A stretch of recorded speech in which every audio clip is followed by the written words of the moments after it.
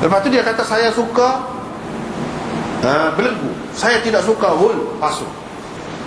Qaid belenggu itu berarti sabat fiddin, kemantapan, ketetapan dalam agama. Saya tidak pasti, kata perawi, adakah ini termasuk dalam hadis Nabi atau ini kata-kata Ibnu Sirin.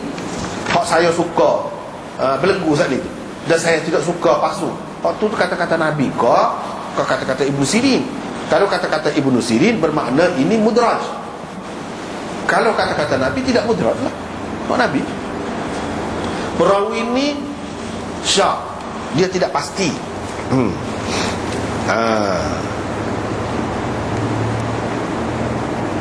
Tapi dalam dalam hadis yang lagi dia sebut, Abu Hurairah kata saya suka belenggu, saya tidak suka hul. Ini kata-kata Abu Hurairah pula sini. Kata-kata Abu Hurairah pula. Lepas tu riwayat daripada Abu Hurairah, apabila masa tu dekat, lalu dia sebutkan hadis, tapi dia tidak sebutkan Nabi di situ. Yang ni riwayat secara mursal pula di situ. Lepas tu riwayat seterusnya daripada Abu Hurairah, daripada Nabi sallallahu alaihi wasallam, dia memasukkan adraja fil hadis, dia memasukkan dalam hadis itu kata-katanya, iaitu akrahul ghul, hingga kepada hadis itu sampai habis. Dan dia tidak ada sebut dalam ni mimpi itu satu juzuk daripada 46 juzuk kenabian. Dan seterusnya hadis ni lebih kurang hak tu.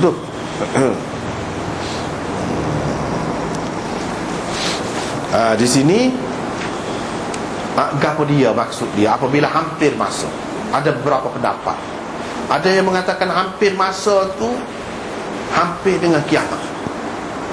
Itu maksud idza iqtaraba zaman, apabila masa yakni dunia ni lah sudah hampir kiamat. Itu maksud dekat kiamat.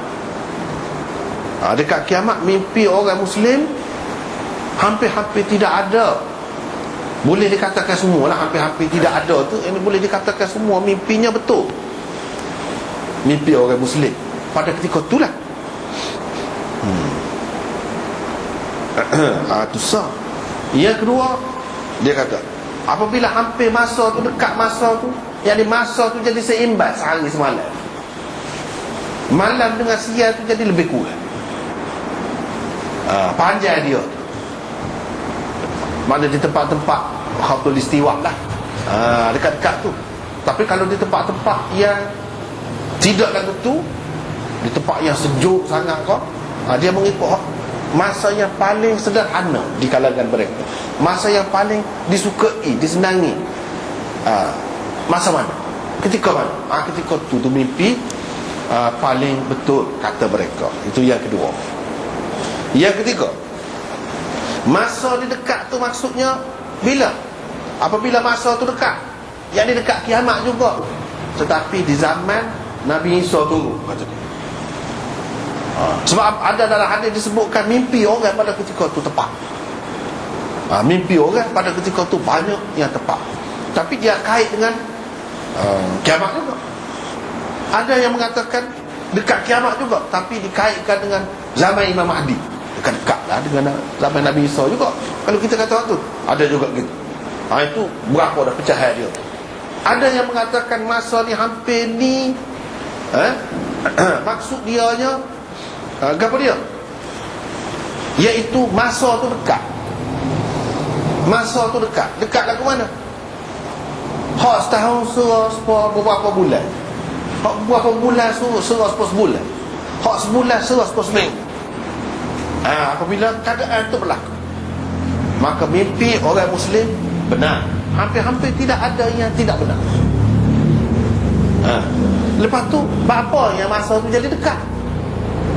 Kos tahun tu jadi beberapa bulan tu jadi sebulan dan seterusnya. Apa jadi gitu? Adakah kerana kegembiraan, kesukaan orang, kesenangan orang pada masa tu? Boleh jadi juga. Sebab suka kan jadi masa tu jadi pendek. Kalau orang susah, masa yang sama juga. Dia surah lama, duduk dalam jail tu, duduk setahun pun surah 10 tahun. Itu atas perasaan orang. Kalau suka tu sebab apa? Sebab senang. Ini isyarat kepada senang.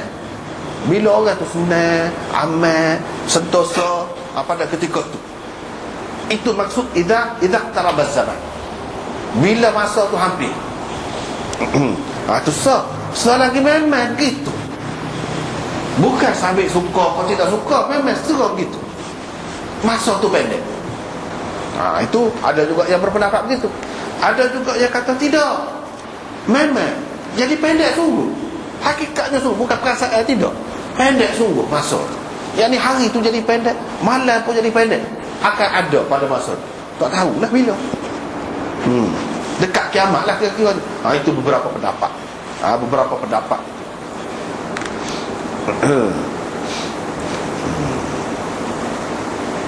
Ada juga yang mengatakan dekat kiamat, oleh kerana ulama tak ada, dia tak ada orang mengajar, jadi orang-orang Muslim yang ada tu, Tuhan tolong dia dengan cara mimpi tu jadi panduan dia. Ada juga yang kata gitu.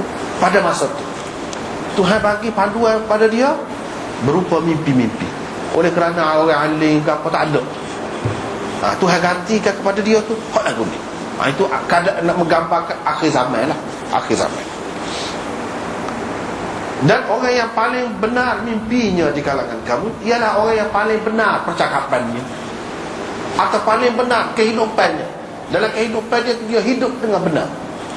Bukan dalam percakapannya saja, fikiran dia, akidah dia, tingkah laku dia, pekerjaan dia, semua betul, molek. Orang hak lagu ni, mimpi dia lebih tepat. Adakah hak ni khusus dengan akhir zaman tu ataupun sepanjang masa? Kebanyakan ulama mengatakan dah sepanjang masa. Sebab apa? Bila dia tu biasa dengan betul kan, mimpi dia tu pun jadi betul juga. Mimpi dia tu pun jadi betul juga. Seseorangnya macam cermin lah, dia gila jadi cerah. Dia biasa gila semua jadi cerah. Cerah mana? Itu kebenaran tu, bercakap benar, hidup benar, itulah yang menyebabkan mimpi dia tu jadi betul. Dan artinya sebaliknya, kalau seorang tu bercakap tak benar, berdusta, ataupun hidup dia tu tak betul, mimpi dia pun tak boleh nak pegang juga, tak boleh nak jadikan panduan juga.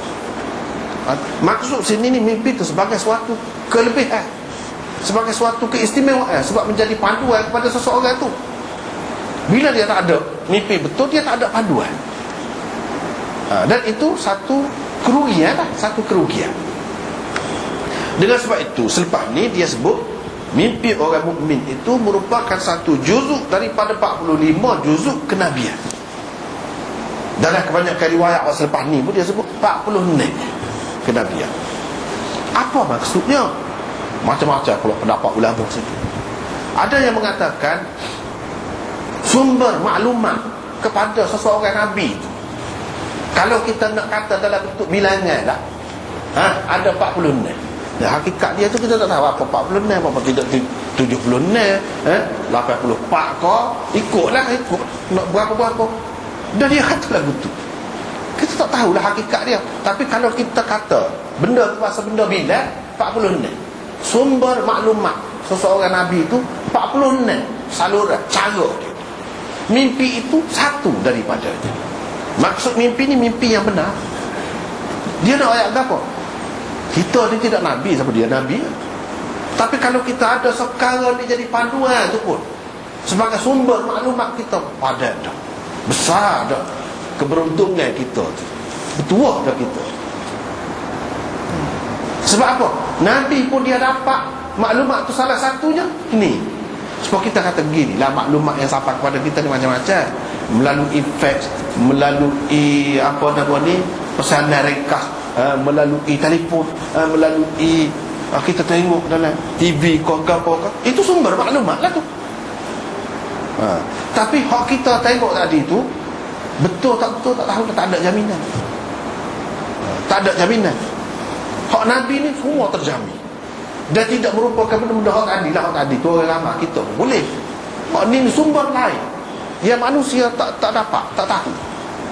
Kalau nak tahu setara mana kelebihan seorang Nabi ni, tengok sekarang mimpi tu. Kalau sudah jadi panduan gitu, kadang-kadang betul-betul tepat, betul-betul. Ada kalanya mimpi ni betul-betul lah, betul berlaku.